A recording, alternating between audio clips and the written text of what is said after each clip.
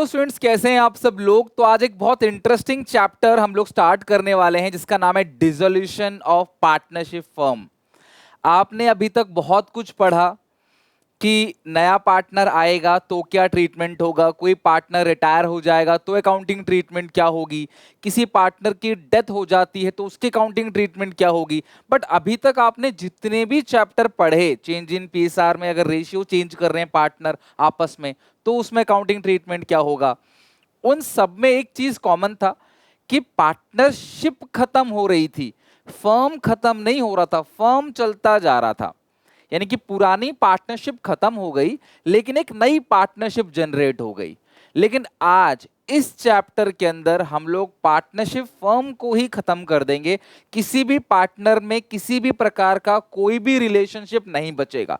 और जब हम बिजनेस को पूरा बंद कर रहे हैं, यानी वाइंडिंग अप कर रहे हैं, बिजनेस को ताला बंद कर रहे हैं, तो उसमें अकाउंटिंग ट्रीटमेंट क्या क्या होगा, कैसे पार्टनर्स की या क्रेडिटर्स की सेटलमेंट होगी, वो इसके अंदर देखेंगे।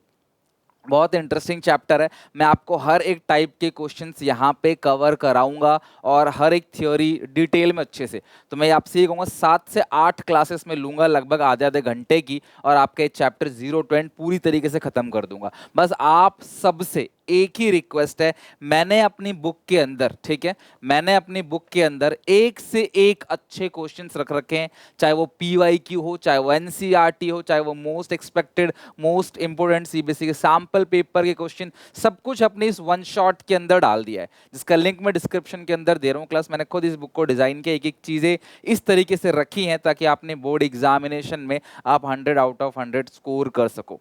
सिर्फ और सिर्फ क्वेश्चंस रख रखे हैं, अलग से कोई चीज नहीं दी। अगर आपको क्लास टॉपिक भी पढ़ना है, डिटेल में जाना है, तो उसके लिए क्वेश्चन बैंक है, मैं उसका लिंक भी डिस्क्रिप्शन बॉक्स में दे दूंगा। बट वन शॉट के अंदर सारे के सारे बस most important questions with answers मैंने आपको दे दिए हैं। तो बुक जरूर चेक करना, बहुत फायदे में रहोगे। डिस्क्रिप्शन बॉक्स में लिंक है। स्टार्ट करते हैं। डिसोल्यूशन ऑफ फर्म, यानी कि पार्टनरशिप फर्म ही बंद हो गई, पार्टनरशिप फर्म डिसॉल्व हो गई। इसका मतलब क्या है? It means closure of the partnership firm, partnership firm बंद हो गई। Class according to a firm क्या होगा? डिसॉल्व। डिसोल्यूशन का मतलब होता है विघटन, जहां पे बिजनेस पूरी तरीके से बंद हो गया, किसी भी पार्टनर में किसी भी प्रकार का कोई संबंध अब नहीं बचा है, सब कुछ क्लास खत्म हो चुका है। एक एक करके सारी चीजें बेच देंगे, सारे कर्जदारों को निपटा देंगे, जो पैसा बचेगा अपने घर लेके चले जाएंगे, नहीं बचेगा तो घर से लेकर भी आएंगे। बिकॉज पार्टनरशिप में पार्टनर्स की लायबिलिटी आपको पता है अनलिमिटेड होती है। देखो यार, डिसोल्यूशन ना एक ऐसा चैप्टर जहां पे बेस बहुत जरूरी है स्ट्रॉन्ग करना। आज की क्लास में आपको मोस्ट इंपोर्टेंट थ्योरी और बेसिक में बहुत अच्छे से करा दूंगा, बेस ऐसा स्ट्रॉन्ग कर दूंगा पूरे चैप्टर में, आपको कोई दिक्कत नहीं आएगी। According to section 39 of Indian partnership act 1932, dissolution of firm का मतलब क्या है? Dissolution of partnership among all the partners in the firm. Partnership firm बंद हो गई, इसका मतलब पार्टनरशिप भी बंद हो गई, किसी प्रकार का कोई रिलेशनशिप किसी पार्टनर में नहीं बचा है। इसके बहुत सारे एग्जांपल है, क्लास किंगफिशर हो चाहे सत्यम कंप्यूटर्स हो। अब मोड्स ऑफ डिसोल्यूशन, डिसोल्यूशन कैसे होगा, बिजनेस को क्यों बंद किया जा रहा है, क्या हो गया? तो बहुत सारे कारण है बिजनेस को बंद करने के लिए।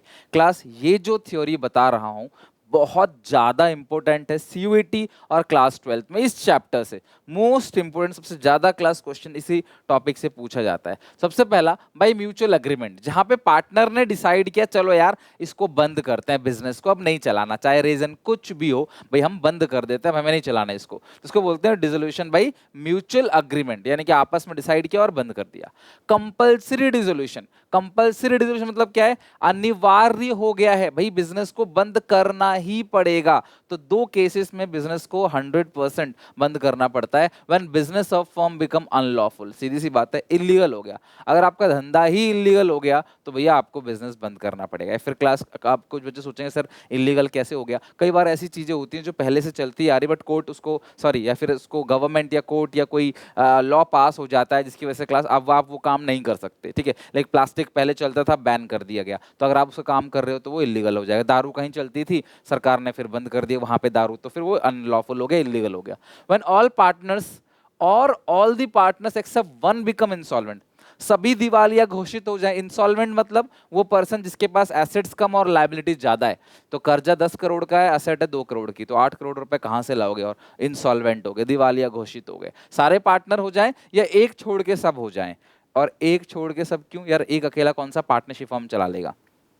सारे दिवालिया हो जाए या एक छोड़ के बाकी सब दिवालिया हो जाए, वो अकेला तो वैसे भी फॉर्म नहीं चला पाएगा। पार्टनरशिप के लिए मिनिमम पार्टनर कितने चाहिए? 2। तो क्लास इन दोनों केसेस में 2 याद रखना केस, अनलॉफुल यानी इलीगल हो जाए बिजनेस आपका, या फिर सभी इंसॉल्वेंट हो जाए, या एक को छोड़ के सब इंसॉल्वेंट हो जाए, तो कंपल्सरी भाई आपको धंधा बंद करना ही पड़ेगा। अगला भाई पब्लिक नोटिस, आप आम जनता को बताते हो कि यार एक नोटिस देने के बाद कि भैया हम अपने बिजनेस को बंद करेंगे।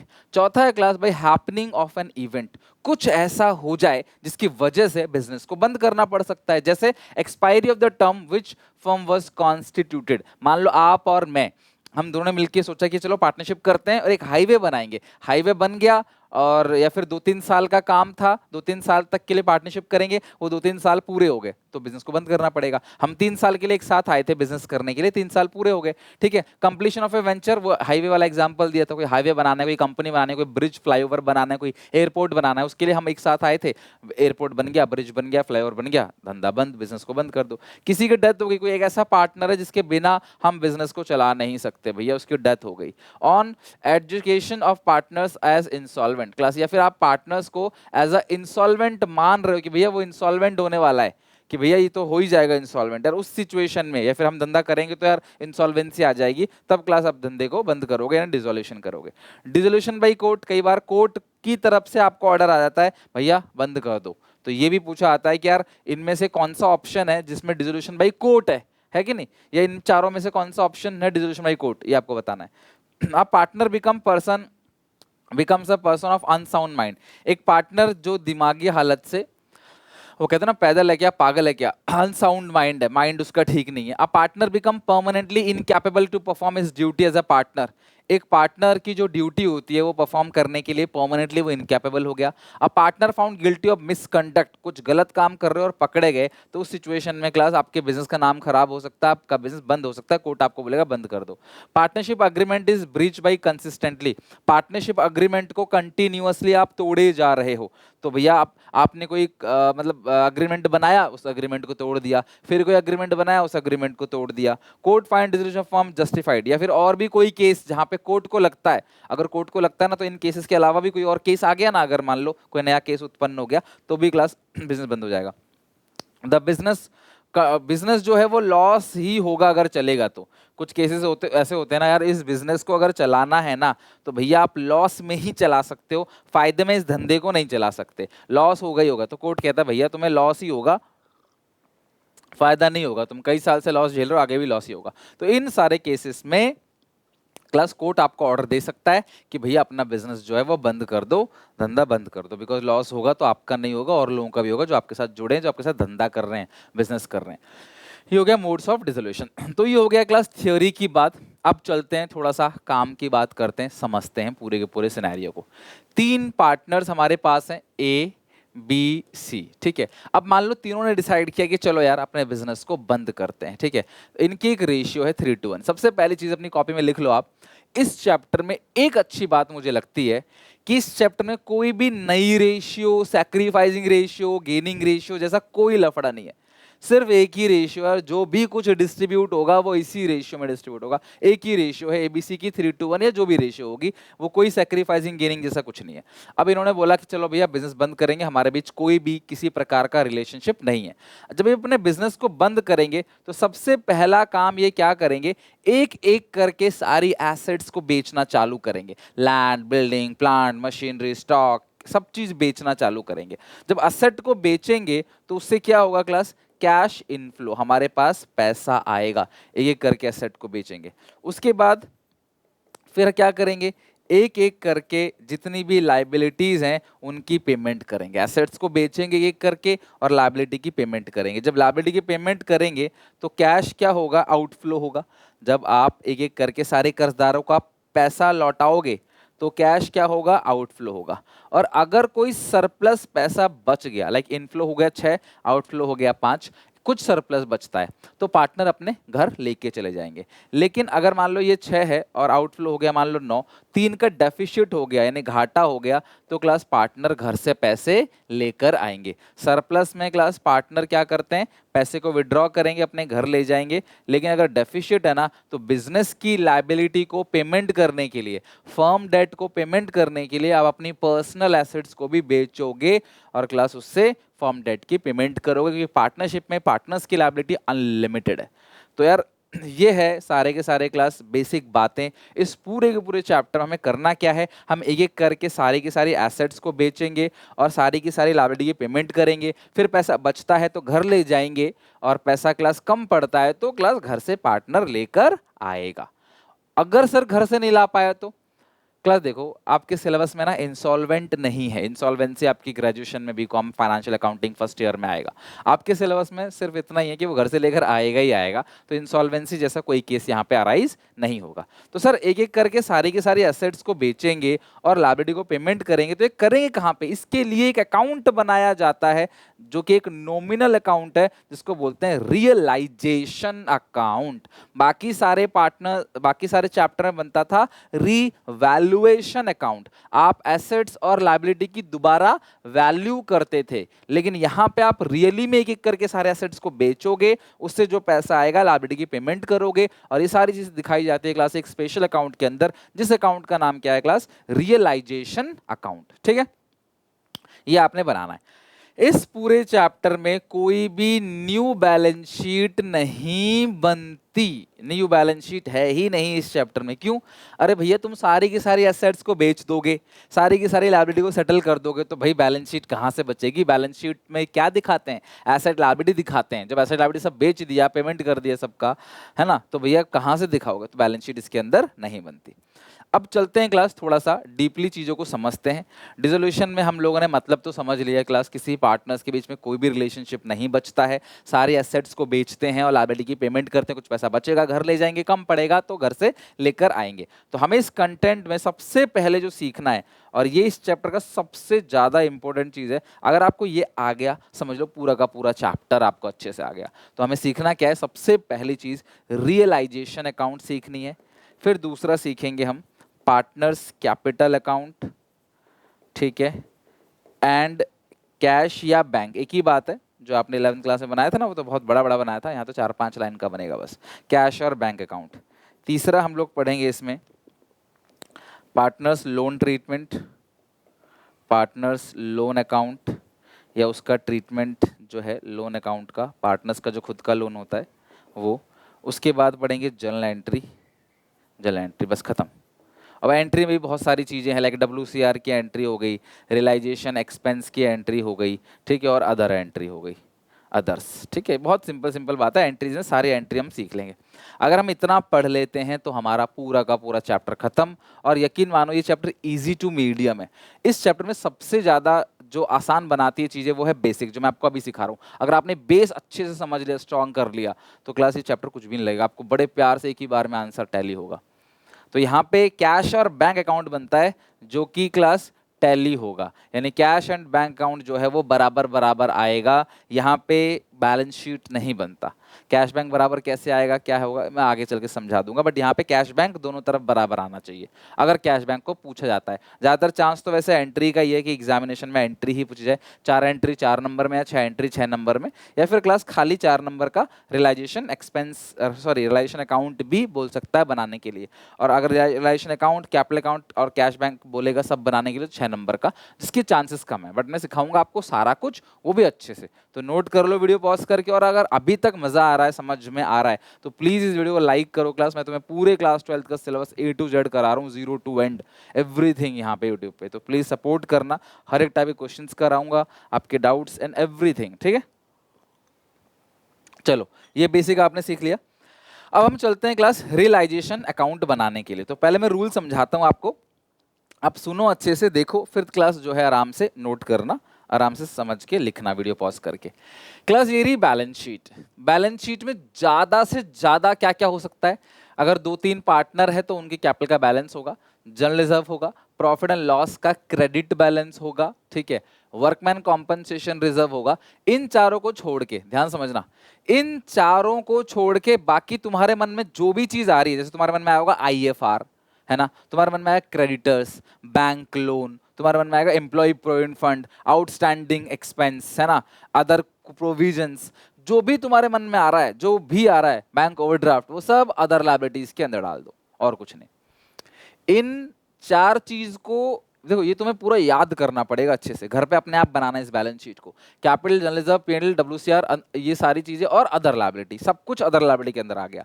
इधर साइड क्या क्या है, पीएनएल का डेबिट बैलेंस, लॉस यानी प्रॉफिट या लॉस में से कोई एक ही होगा। एडवर्टाइजमेंट सस्पेंस या डेफर्ड रेवेन्यू एक्सपेंडिचर हो गया।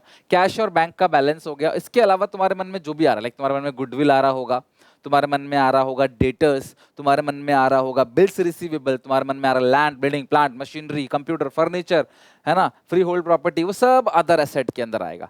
तो तुम्हें पहले ये जो बैलेंस शीट लिखा है मैंने व्हाइट पेन से, ये लर्न करना है। तो बैलेंस शीट में ये तीन चीज, बाकी सारी चीजें जो भी तुम्हारे दिमाग में आ रहा है सब अदर एसेट, और ये चार चीजें, बाकी जो सारी चीजें तुम्हारे दिमाग में आ रही है वो है क्लास अदर लायबिलिटी। फिलहाल आप ये समझो, ठीक है। अब तुम्हें सबसे पहला काम जो करना है ना, सबसे पहला काम हमें ये करना है, बैलेंस शीट को खाली करना है। डिसोल्यूशन चैप्टर में रियलाइजेशन अकाउंट बनाने के लिए सबसे पहला काम बैलेंस शीट को खाली करना है। बैलेंस शीट खाली का मतलब क्या होता है, बैलेंसेस को ट्रांसफर करना है, कैंसिल करना है, एक एक चीज उठा के जहां आती है वहां लिखना है। तो मैंने सबसे पहला फॉर्मेट बनाया करीब 10 लाइन का, रियलाइजेशन अकाउंट 10 लाइन का बना लो आप भी। फिर मैंने एक फॉर्मेट बनाया 5-6 लाइन का, पार्टनर्स कैपिटल अकाउंट। फिर मैंने एक फॉर्मेट बनाया क्लास कैश या बैंक अकाउंट, आप इसे कोई भी नाम दे दो, चाहे कैश या बैंक, या इस तरीके से कैश बैंक एक साथ लिख दो, ठीक है। ये हो गया। तो ये तीनों फॉर्मेट सबसे पहले मैंने बना लिया। अगर मुझे पेपर में बोलते हैं रियलाइजेशन बनाओ तो मैं सिर्फ ये बनाऊंगा, बाकी दो नहीं बनाऊंगा, जो भी बोलेगा मैं वो बनाऊंगा। तीनों बोलता है तीनों, दो बोलता है दो, एक बोलता है एक। तो सबसे पहला है बैलेंस शीट को खाली करना। हर एक क्वेश्चन के अंदर, एवरी क्वेश्चन के अंदर तुम्हें बैलेंस शीट खाली करनी है। लाइक कैपिटल बैलेंस कहाँ पे जाएगा, सर काट दो इसको, कैपिटल बैलेंस कैपिटल अकाउंट में जाएगा, लिखो by balance BD. Capital account, obviously capital account के अंदर बैलेंस जाएगा बाई बैलेंस बीडी। ये आपने ओपनिंग कैपिटल पार्टनर्स की लिख दी, ठीक है। और क्या क्या है, जनरल रिजर्व, पीएनएल, डब्ल्यूसीआर, तो ये बटने वाले आइटम है, by general reserve, by PNL और बाई डब्ल्यूसीआर। ये आपने तीनों क्लास, एक ही रेशियो, इसमें रेशियो भी अलग कुछ नहीं है, ये तीनों चीजें क्लास हो गई। इसके अलावा ये पीएनएल का डेबिट बैलेंस और एडवर्टाइजमेंट सस्पेंस इधर बटेगा पार्टनर्स कैपिटल, ये तो पता है ना क्लास आपको, पीएनएल का डेबिट बैलेंस और एडवर्टाइजमेंट सस्पेंस, ये तो पता है आपको, है ना, ये बांटने वाला आइटम है। अब पहला सवाल तुम अपनी कॉपी में लिख लो नोट डाल के, इस चैप्टर में लिखो हिंदी में, इस चैप्टर में गुडविल और आईएफआर नहीं बटता है। सर आपने 7 आइटम लिखवाए थे बाकी सभी चैप्टर में, जीआर, पीएनएल, डब्ल्यूसीआर, आईएफआर, है ना, और जनरल रिजर्व, इधर था गुडविल, पीएनएल और एडवर्टाइजमेंट सस्पेंस। इस अकेले चैप्टर में लिख लो गुडविल नहीं बटता है। इस सब तभी क्लास मैंने यहाँ पे देखो कोई भी क्लास गुडविल नहीं लिखा था, यहाँ पे नहीं बटता इस चैप्टर में। गुडविल होती धंधा बंद काय को होता, गुडविल नहीं तभी बंद कर रहे हैं, और है भी तो बेचेंगे उसको, है ना, राइट ऑफ नहीं करेंगे, बेचेंगे उसको। तो यहाँ पे गुडविल नहीं है क्लास, और यहाँ पे आईएफआर भी नहीं है, क्योंकि आईएफआर इन्वेस्टमेंट से सेट ऑफ होगा। ऑब्वियसली आप धंधा बंद कर रहे हो, सब कुछ बेच रहे हो, तो इन्वेस्टमेंट को भी बेचोगे, तो उसी से आईएफआर सेट ऑफ होगा। तो क्लास अलग से यहाँ पे इसको कैपिटल अकाउंट में नहीं बांटना, भाई आईएफआर यहाँ नहीं लिखा, ना ही क्लास यहाँ पे गुडविल है, ठीक है। देखो हमने हर चीज ट्रांसफर कर दी है, सारी चीजें। कैश और बैंक का ओपनिंग बैलेंस यहाँ डाल दो, कैश असेट है तो ऑब्वियसली ओपनिंग बैलेंस क्या होगा, टू बैलेंस बीडी। कुछ बच्चों को समझ नहीं आता, सर यहाँ बाई बैलेंस बीडी लिख दिया आपने, यहाँ टू, भैया कैश असेट है इसीलिए असेट का टू बैलेंस बीडी होता है, डेबिट बैलेंस। पार्टनर्स कैपिटल का बैलेंस लायबिलिटी है, क्रेडिट बैलेंस, इसीलिए बाई साइड लिखा है, ये क्रेडिट बैलेंस होता है सारा का सारा, है ना, इसीलिए कैपिटल क्या है क्लास, क्रेडिट बैलेंस है, कैपिटल बाय बैलेंस बीडी। और ये जो कैश बैंक है वो डेबिट बैलेंस है, इसीलिए इसका to balance BD. Balance sheet उल्टी चलती है, बैलेंस शीट में इधर के बैलेंसेस डेबिट होते हैं और इधर के बैलेंसेस क्रेडिट होते हैं, ठीक है। चलो बैलेंस शीट खाली कर दिया, देखो आपने सब चीज खाली होगी। अब अदर लायबिलिटी और अदर एसेट क्या है, अदर एसेट आएगा रियलाइजेशन में टू सन्ड्री एसेट्स के नाम से। सन्ड्री मतलब बहुत सारी एसेट्स, एक इकट्ठा सारे एसेट को मिला के बोलते हैं सन्ड्री एसेट्स। और यहाँ जाएगा by sundry liabilities, by sundry. अगर ये आज बेस समझ गए ना, फिर देखो इस चैप्टर में कितना मजा आएगा तुमको। देखो पूरी बैलेंस शीट खाली कर दी, सबसे पहला काम ही हमारा यही है कि बैलेंस शीट खाली करना, बैलेंस शीट के हर एक आइटम को कहीं ना कहीं भेजना है। तो ऑल लायबिलिटीज, ऑल असेट, ये क्रॉस ट्रांसफर है, असेट सारे उठा के यहाँ लिख दो, लायबिलिटी सारे उठा के यहाँ लिख दो। और बाकी जो बांटने वाला आइटम है कैपिटल अकाउंट में बांट दो, ओपनिंग बैलेंस लिख दो और कैश का ओपनिंग बैलेंस। देखो पूरी की पूरी बैलेंस शीट में इससे ज्यादा कुछ होगा ही नहीं। पार्टनर्स का खुद का लोन क्या होगा वो मैं क्लास आपको आगे समझाऊंगा, डोंट वरी। बट यहाँ पे देखो क्लास हमारी पूरी की पूरी बैलेंस शीट खाली होगी। बैलेंस शीट के अंदर एक भी आइटम बचेगा नहीं, हर एक आइटम कहीं ना कहीं जरूर जरूर जरूर भेजना है। सबसे पहला काम कर दिया आपने, ठीक है।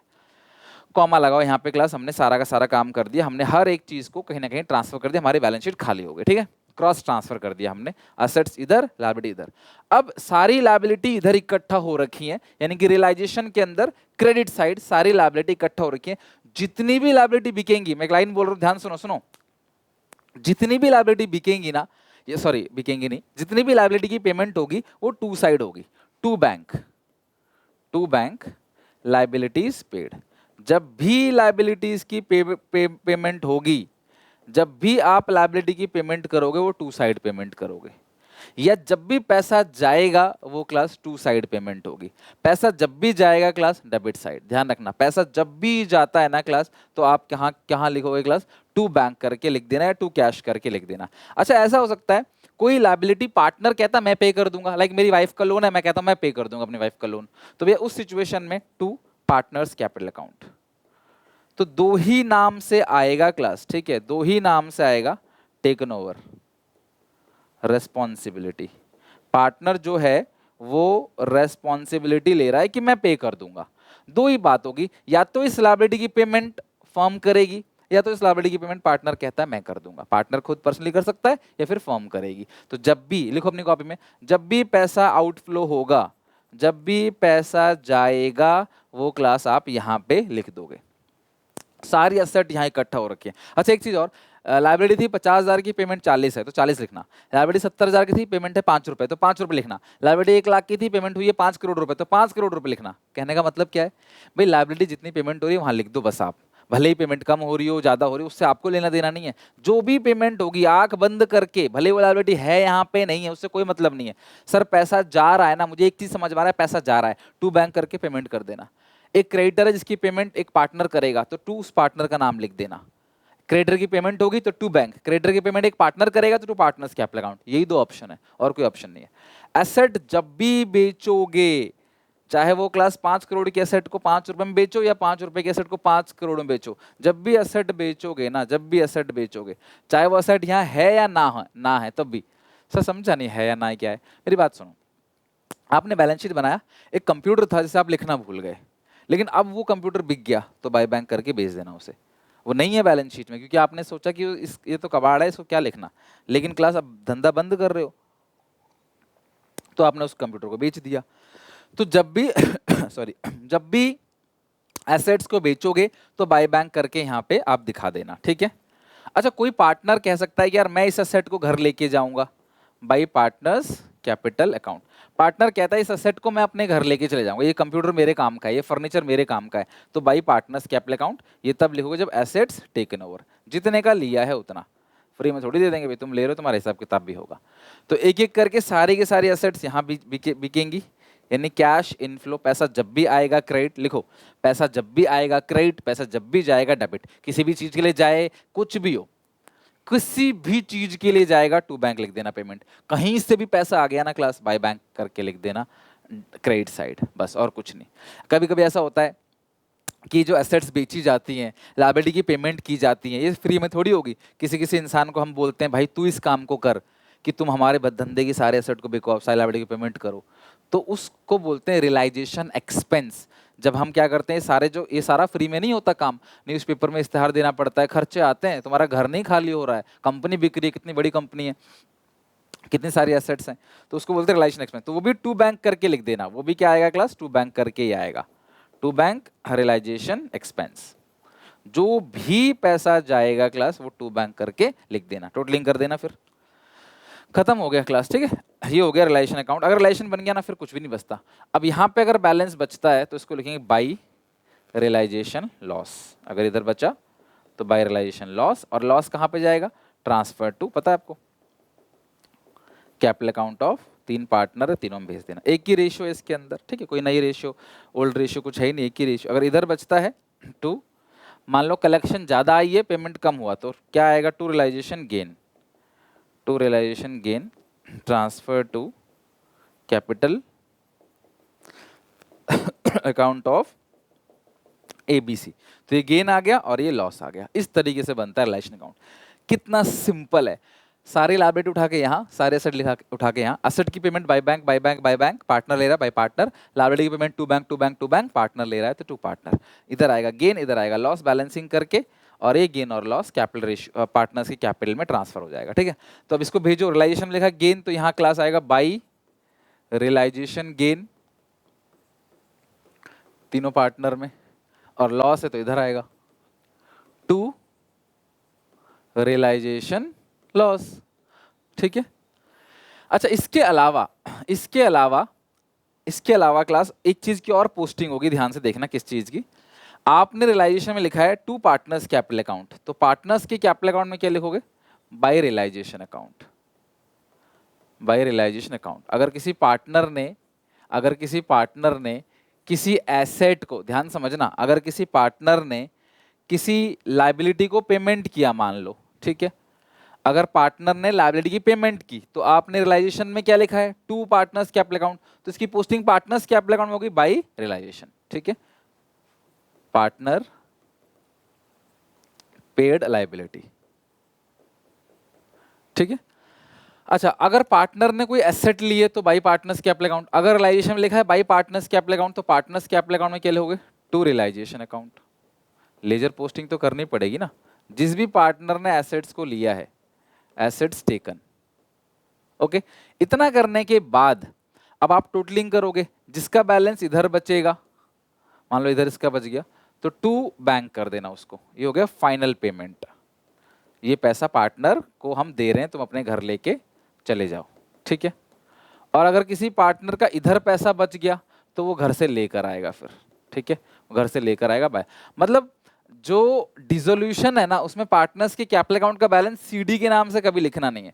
सीडी का मतलब होता है अगले साल का बीडी, अगले साल तक धंधा जा ही नहीं रहा भाई, बिजनेस आप बंद कर रहे हो, तो जो भी बैलेंसिंग फिगर बचेगा वो क्लास कैश या बैंक के नाम से आएगा।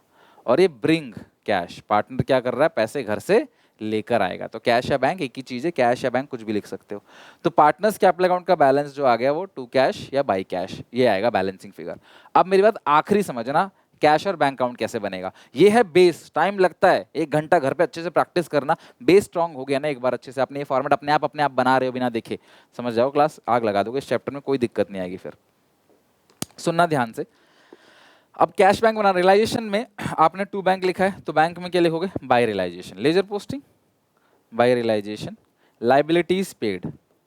और आपको पता ही है, आप जब भी लायबिलिटी की पेमेंट करोगे तो वो बैंक अकाउंट में क्रेडिट साइड। बैंक का रूल क्या है? पैसा आया डेबिट, पैसा गया क्रेडिट, तो लायबिलिटी की पेमेंट करी, चला गया।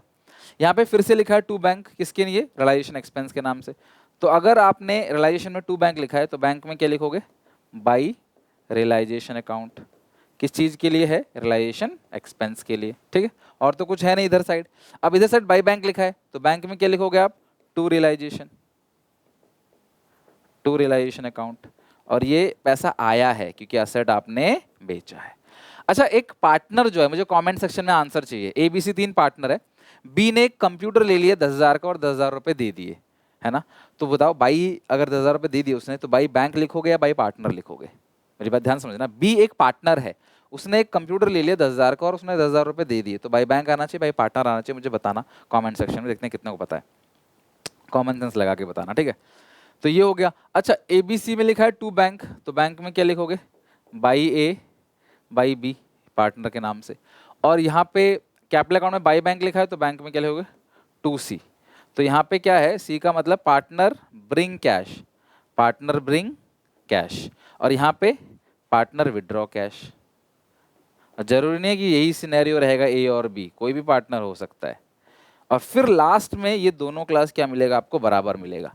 और अगर ये दोनों बराबर है, इसका मतलब क्लास हमारा क्वेश्चन पूरा ठीक है। और ये बराबर नहीं है, मतलब कहीं ना कुछ गलती हुई है। ठीक है, बट पेपर में आमतौर पे क्लास सिर्फ यही मांगता है, रियलाइजेशन अकाउंट, तो आप इसको अच्छे से प्रैक्टिस कर लेना। करना तो सारी चीजें, बट रियलाइजेशन में गलती नहीं होनी चाहिए। ठीक है, चलो, तो ये हो गया realisation account, partners capital account, bank account. बस लेजर पोस्टिंग, रियलाइजेशन अकाउंट आपने बनाया, उसका जो आंसर है वो गया क्लास कहाँ पे? कैपिटल में चला गया, ये रहा।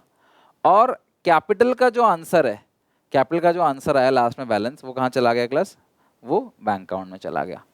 अगर रिलेशन सही तो कैपिटल सही, बैंक से रिलेशन गलत तो कैपिटल गलत, बैंक गलत। ठीक है, तो ये तीनों फॉर्मेट बहुत इंपॉर्टेंट थे। आई होप क्लास इन तीनों फॉर्मेट को अब बहुत अच्छे से क्लास आप पढ़ के याद करके अच्छे से समझ के आओगे। ठीक है, लास्ट चीज ये मैंने बता दिया क्लास, इन्वेस्टमेंट फ्लक्चुएशन फंड या provision for bad and doubtful debt अगर बैलेंस शीट में है, या प्रोविजन फॉर डेप्रिसिएशन, वो सिर्फ ट्रांसफर होगा रिलाइजेशन के क्रेडिट साइड में। मतलब अगर आपने बैलेंस शीट में देखा यहाँ पे प्रोविजन फॉर डाउटफुल डेट देखा, ठीक है, या फिर आपने देखा इन्वेस्टमेंट फ्लक्चुएशन फंड, या आपने देखा class provision for depreciation, provision for depreciation, तो ये सिर्फ और सिर्फ रिलाइजेशन के क्रेडिट साइड ट्रांसफर होगा, इसकी पेमेंट नहीं होती है।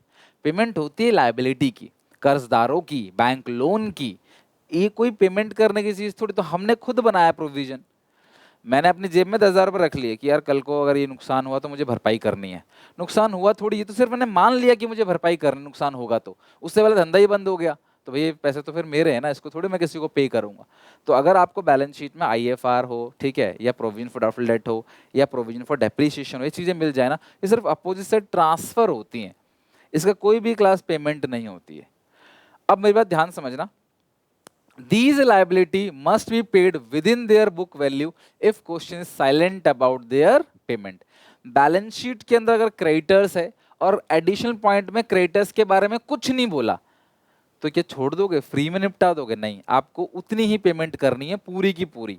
यानी जब आप रिलाइजेशन अकाउंट बनाओगे ना, तो बैलेंस शीट से उठा के क्रेडिटर्स यहाँ तो लिखोगे, फिर इसकी पेमेंट ना उतनी ही कर देना जितने की इसकी बुक में वैल्यू है, जितनी बैलेंस शीट में दिखा रखी है। अगर मान लो क्रेडिटर्स 5,000 का है, क्वेश्चन कहता है 4,000 पे कर दो, 4,000 पे कर देना। क्वेश्चन कहता है 3,000 पे कर दो, फुल सेटलमेंट में 3,000 पे कर देना। क्वेश्चन कहता है 6,000 पे कर दो, 6,000 पे कर देना। बट क्वेश्चन ने कुछ बोला ही नहीं, तो फ्री में नहीं होगा, फिर जितना लिखा है ना उतनी पेमेंट पूरी करनी है। अगर मान लो मैंने किसी से उधार लिया है, मेरा धंधा बंद हो रहा है, मुझसे कुछ नहीं कह रहा, कुछ नहीं कह रहा, तो ये थोड़ी सोचूंगा उसने मुझे छोड़ दिया सारा पैसा, मैं सोचूंगा मुझे सारी पेमेंट करनी है उसको, वो पूरा पैसा लेना चाहता है तभी कुछ नहीं कह रहा। तो क्रेडिटर्स है, बिल्स पेबल है, एम्प्लॉय प्रोविडेंट फंड है, बैंक ओवरड्राफ्ट है, एडवांस इनकम है, आउटस्टैंडिंग एक्सपेंस है, बैंक लोन, खाली loan, wife loan, relative loan, इन सबको बोलते हैं आउटसाइडर लायबिलिटी। क्या बोलते हैं? आउटसाइडर लायबिलिटीज, बाहर वालों को पैसा देना है, तो इन सब की पेमेंट आप अपने आप कर देना। अगर क्वेश्चन इनकी पेमेंट के बारे में कुछ नहीं कहता तो मैं क्वेश्चन जब खत्म करूंगा ना एक बार चेक करके, तो मैं देखूंगा क्वेश्चन में कि अच्छा इनके लिए कुछ ऐसा तो नहीं है, कुछ बोला नहीं है किसी के बारे में। और ये फॉर्मेट में इतनी सारी चीजें हैं, रियल लाइफ में 1 या 2 रहता है बस क्वेश्चन में, ठीक है। तो ये सारी की सारी आउटसाइड लायबिलिटी, इनके बारे में क्वेश्चन ने कुछ नहीं कहा, तो इनकी पेमेंट आपको अपने आप कर देनी है, वो भी बुक वैल्यू से। अब सवाल है सर एसेट्स का क्या? कुछ ऐसी भी तो एसेट हो सकती है, बिल्डिंग मशीनरी फर्नीचर, जिसको बेचने के बारे में कुछ नहीं कहा है। हमारी बैलेंस शीट में फर्नीचर है, उसको बेचने के लिए कुछ नहीं कहा, तो ये करेंगे तो बेच दो उसको, उसको भी बेच दो। टेंजिबल एसेट मस्ट रिलाइज, अब यहाँ पे एक वर्ड लिखा है टेंजिबल, बहुत ध्यान रखना, नया रूल है। वो एसेट जो देख सकते हो, छू सकते हो, लैंड, बिल्डिंग है ना, फर्नीचर, मशीनरी, टाइपराइटर, कंप्यूटर, वो सारी, तो वो जितनी भी टेंजिबल एसेट है ना, उसको रिलाइज कर देना बुक वैल्यू से if question is silent about their sale. अगर टेंजिबल एसेट की सेल के बारे में क्वेश्चन ने कुछ नहीं कहा, तो क्लास आप बेच देना। मतलब आपकी बैलेंस शीट ये रही, उसमें से मान लो आपने यहाँ उठा के लिख दिया 2 कंप्यूटर, और यहाँ उठा के लिख दिया बाई क्रेडिटर्स, क्रेडिटर्स 5,000, कंप्यूटर है 18,000 का, इन दोनों के बारे में कुछ नहीं कहा, तो इसकी क्लास बेच दो 2 बैंक करके, पूरी की पूरी पेमेंट 5,000 कर दो, और मतलब पेमेंट कर दो इसकी, और कंप्यूटर को बेच दो बाय बैंक करके, पूरी की पूरी 18,000। तो अगर एसेट्स के बारे में कुछ नहीं बोला तो क्लास बुक वैल्यू से बेच दो, लायबिलिटी के बारे में कुछ नहीं बोला तो क्लास बुक वैल्यू से उसकी पेमेंट कर दो, दैट्स इट। ये आपको ध्यान रखना है। Ignore realisation of intangible asset, जितने भी इनटेंजिबल एसेट हैं, सर टेंजिबल एसेट जितने भी हैं, land, building, plant, machinery, computer, furniture, उसको तो बेच देंगे, लेकिन इंटेंजिबल्स का क्या करेंगे? Intangibles like goodwill, patents, trademark, copyright, licence, franchisee, उसका क्या करेंगे? उसको इग्नोर करना है। कुल मिला के यहाँ पे गुडविल की बात करी गई है, तो गुडविल को इग्नोर करना है। बिकॉज यार आपने गुडविल पेटेंट ले लिया, धंधा बंद कर रहे हो, उससे थोड़ी कुछ पैसा आपको आने वाला है, मैंने परमिशन ली कि भाई मैं काम करने वाला हूँ, मैं काम नहीं करूंगा तो मुझे थोड़ी सरकार पैसा वापस करने वाली है, पेटेंट वगैरह का, ना गुडविल का, ना ट्रेडमार्क का। तो भैया ignore realisation of intangible asset. तो जो इंटेंजिबल्स हैं उनको क्लास आपने इग्नोर करना है। मैं फिर से रिपीट कर रहा हूँ, एसेट्स के बारे में कुछ नहीं लिखा तो बुक वैल्यू से रिलाइज कर दो उसको, पैसा ले लो बाय बैंक करके, लेकिन सिर्फ टेंजिबल का, इंटेंजिबल्स को आपने इग्नोर करना है। और लाइबिलिटी में ये वो सारी लाइबिलिटीज हैं जिनकी आपको पेमेंट आपको करनी ही करनी है बुक वैल्यू से। Provision for depreciation, provision for bad and doubtful debt और आईएफआर, ये सिर्फ ट्रांसफर होगा बैलेंस शीट से, खाली होगा बस, इनकी कोई पेमेंट नहीं होगी। ठीक है, तो ये बहुत बेसिक बातें जो क्लास आपको ध्यान रखना है, इसके बिना चैप्टर आगे नहीं बढ़ा सकते। तो यहां तक अच्छे से पढ़ के याद करके आपको जरूर आना है, राइट। चलो, तो आज की क्लास थोड़ी लंबी हो गई, बट हाँ बेसिक मैंने बहुत अच्छे से स्ट्रॉन्ग करा दिया आपको। आई होप आपको बेसिक्स में अब कोई दिक्कत नहीं आएगी। ठीक है, तो यहाँ तक पढ़ के समझ के याद करके आना। मिलते हैं नेक्स्ट वीडियो में, then take care, bye bye. I hope आप वीडियो को लाइक जरूर करके जाओगे। अच्छा लगे तो क्लास मुझे बताना, कॉमेंट में कोई डाउट हो पूछ लेना, और अपने सारे क्लासमेट, सारे दोस्तों को व्हाट्सएप पे, इंस्टाग्राम पे शेयर जरूर करना। ठीक है, मिलते हैं नेक्स्ट क्लास में, अच्छे से क्वेश्चन की प्रैक्टिस करेंगे। और जब तक क्वेश्चन नहीं बनाएंगे तब तक आपको आइडिया लगेगा नहीं, बट यहाँ तक बेस अच्छे से स्ट्रॉन्ग करके आना। ठीक है, मिलते हैं नेक्स्ट क्लास में, then take care, bye bye.